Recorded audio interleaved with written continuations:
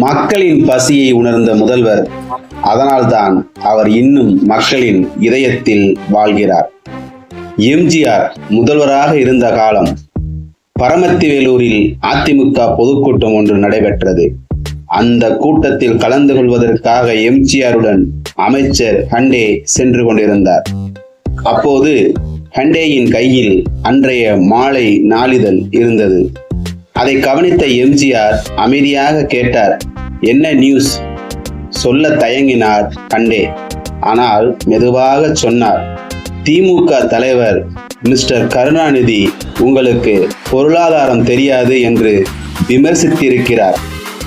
இதை கேட்டவுடன் பலர் போல கோபப்படவும் இல்லை, வருத்தப்படவும் இல்லை. சிறிது சிரித்தபடியே எம்ஜிஆர் சொன்னார், அவர் சொல்வது உண்மைதான்.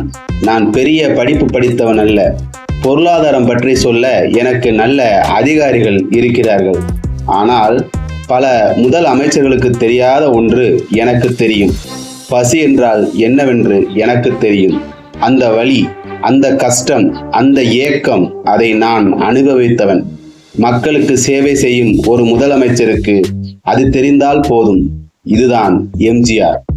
அறிவால் மட்டுமல்ல, அனுபவத்தால் மக்களின் இதயத்தை வென்ற தலைவர்.